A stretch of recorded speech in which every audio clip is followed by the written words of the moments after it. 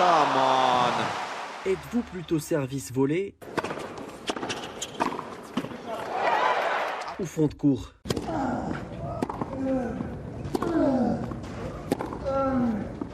Gazon ou terre battue?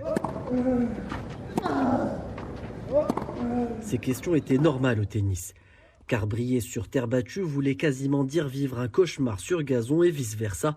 Abdrahim Moundi, l'ancien capitaine de l'équipe marocaine en Coupe Davis, nous explique pourquoi. À une époque, il y avait des joueurs qui ne savaient jouer que sur gazon, ou sur terre battue, ou sur dur, et ça a duré des années et des années. Maintenant, le jeu s'est standardisé. On a pratiquement le même jeu partout où on passe, qu'on soit américain, espagnol ou anglais, on a pratiquement le même jeu. Mais là, je caricature.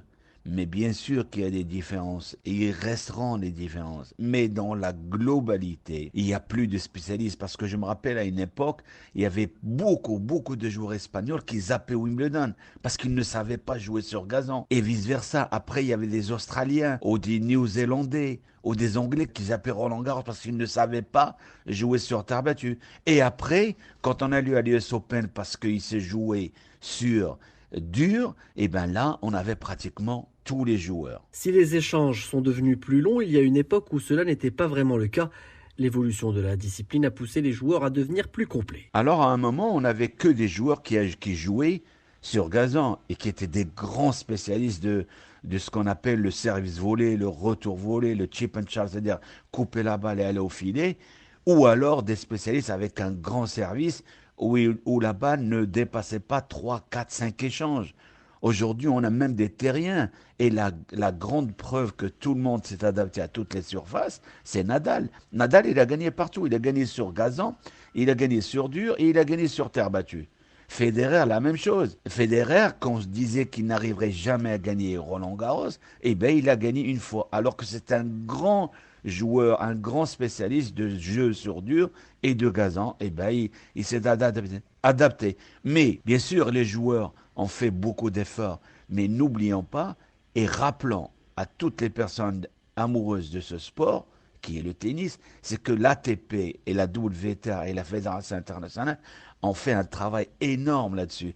Parce qu'on a ralenti un petit peu, mais c'est pas un petit peu, on a beaucoup ralenti le jeu sur gazon. On a même augmenté le diamètre et le poids de la balle pour ralentir le jeu. Il y a aussi, bien sûr, j'ai failli l'oublier, la télévision. Toutes les télévisions du monde avaient écrit des lettres aux organisateurs de tournois de Grand Chelem pour ralentir le jeu parce que les téléspectateurs s'ennuyaient et même les spectateurs s'ennuyaient. Et voilà, ça a fait que le jeu, on arrive à jouer partout. 4 surfaces différentes en une seule année, c'est le défi que doivent relever tous les joueurs chaque saison, car malgré les changements apportés par l'ATP, la terre battue reste la surface où la condition physique est primordiale pour faire de bons tournois. Alors quand on jouait sur terre battue, pareil, ça continue aujourd'hui, c'est un combat de terriens, c'est des gladiateurs, c'est je frappe de plus en plus fort, et essayer d'attendre la faute de l'adversaire.